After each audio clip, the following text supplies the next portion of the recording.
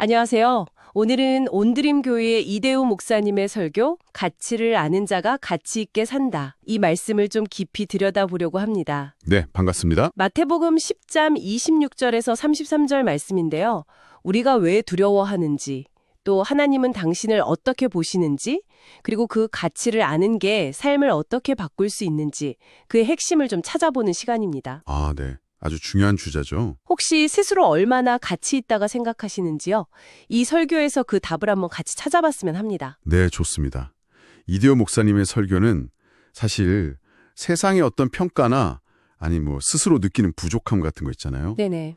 그런 것 때문에 오는 두려움을 넘어서 하나님 안에서 자신의 진짜 가치를 발견하라고 강력하게 권면하는 내용입니다. 아, 특히 그 참새 비유랑 머리털 비유가 나오는데 이게 하나님의 그 세심한 관심과 사랑, 이걸 잘 보여주는 것 같아요. 맞아요. 설교 시작 부분을 보면 예수님 당시에 그 종교 지도자들이 예수님을 막 시기하고 배척하고 네, 그랬죠. 심지어 바알세불의 힘을 빌렸다. 뭐 이렇게까지 모함했잖아요. 그렇죠. 근데 제자들도 마찬가지였던 것 같아요. 예수님 만나서 변화하긴 했지만 세상은 여전히 그들의 배경이나 학벌 같은 걸로 판단하고 알아주지 않았죠. 네, 세상의 잣대, 여기서 오는 두려움. 이렇게 믿는다고 뭐가 달라지나 이런 고민들. 이게 오늘날 우리가 느끼는 거랑 참 비슷하다는 생각이 들어요. 바로 그 지점입니다. 설교에서도 우리가 느끼는 두려움의 상당 부분이 사람들 평가, 세상 기준, 여기에 묶여 있기 때문이라고 지적하시더라고요. 아, 그래서 예수님이. 네, 그래서 예수님께서 그들을 두려워하지 말라고 계속 반복해서 말씀하신 이유가 바로 거기에 있는 거죠. 세상의 그 평가 시스템에서 좀 벗어나라. 이런 말씀이시군요. 그렇죠.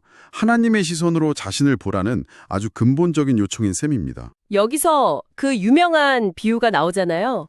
참새 2마리가 한 아사리온에 팔리지 않느냐. 네네, 그 비유요. 당시 아사리온이 정말 100원, 200원 거의 푼돈이었고 참새는 거의 1+1 덤으로 줄 만큼 값싼 존재였는데 맞아요. 근데 하나님은 그런 참새 한 마리조차도 당신의 허락 없이는 땅에 떨어지지 않게 하신다.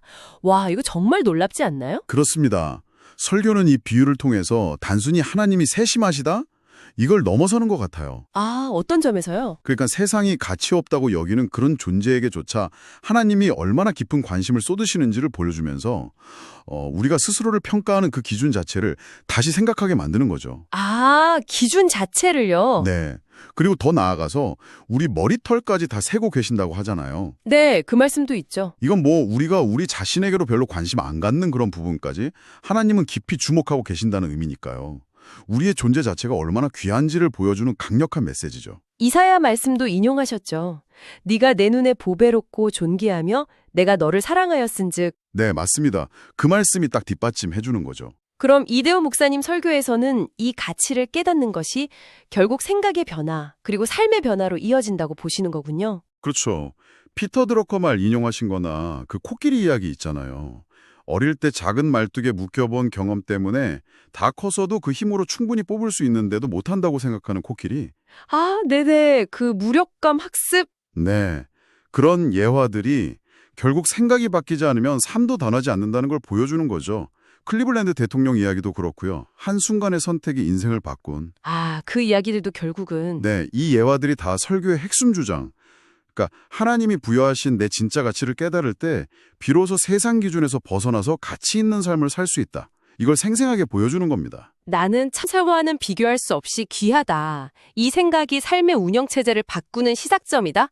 이런 말씀이네요. 정확합니다. 근데 여기서 좀 궁금한 게 생겨요.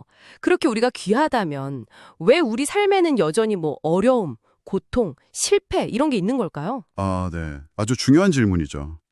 이대호 목사님 설교에서도 이 부분을 다루시나요? 네, 다루십니다. 설교는 그런 일들조차도 하나님의 섭리 안에 있다고 설명해요. 그러니까 우리가 가치에 있다는 것이 고난 없는 삶을 보장하는 건 아니라는 거죠. 아, 섭리. 그 섭리라는 개념을 좀 더 설명해 주실 수 있나요? 네, 설교에서는 하나님의 섭리를 두 가지로 나눠서 설명합니다.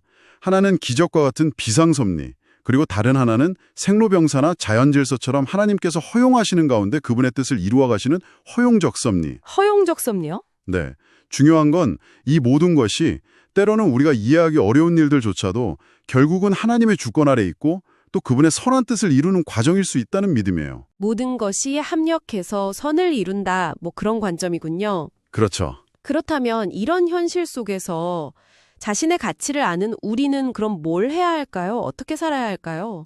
설교는 그 답을 마태복음 10장 32절에서 찾습니다. 누구든지 사람 앞에서 나를 시인하면 나도 하늘에 계신 내 아버지 앞에서 그를 시인할 것이요. 아, 시인하는 것. 네, 두려움에도 불구하고 사람들 앞에서 예수님을 믿는 사람이라는 것을 드러내는 것. 그 시인하는 삶이 바로 우리의 가치를 실현하는 구체적인 모습이라는 거죠. 그 시인이라는 게 단순히 나 예수 믿어요 라고 말하는 것 이상일 것 같은데요. 맞습니다. 이대호 목사님의 설교는 그게 우리 삶의 태도, 또 어떤 선택의 순간들, 관계 속에서 그리스도인으로서의 정체성을 숨기지 않고 당당하게 드러내는 것이라고 강조합니다. 삶으로 보여주는 거군요. 그렇죠. 이게 바로 하나님께서 우리에게 기대하시는 거고 또 우리의 가치를 세상 속에서 증명하는 방식이라는 말씀입니다. 오늘 이대호 목사님의 설교를 통해서 세상의 평가나 뭐 눈앞의 어려움에 흔들리지 않을 그 근거를 다시 한번 확인한 것 같습니다. 당신은 하나님 보시기에 정말 온천하보다 귀한, 비교할 수 없는 가치를 지닌 존재입니다. 네.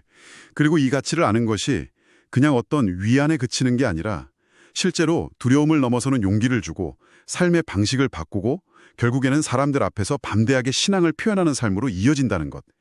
이게 설교의 핵심적인 메시지 흐름이라고 할 수 있겠습니다. 설교에서는 사람 앞에서 시인하는 것이 하나님 앞에서 시인받는 것과 이렇게 연결된다고 말씀하셨는데요. 여기서 한 걸음 더 나아가서 당신에게 이런 질문을 던져보고 싶습니다. 당신의 일상 속에서 말뿐만이 아니라 당신의 행동과 선택을 통해서 당신의 가장 깊은 가치와 그 믿음을 구체적으로 드러내는 것은 어떤 모습일까요? 한번 깊이 생각해 보시는 시간이 되면 좋겠습니다.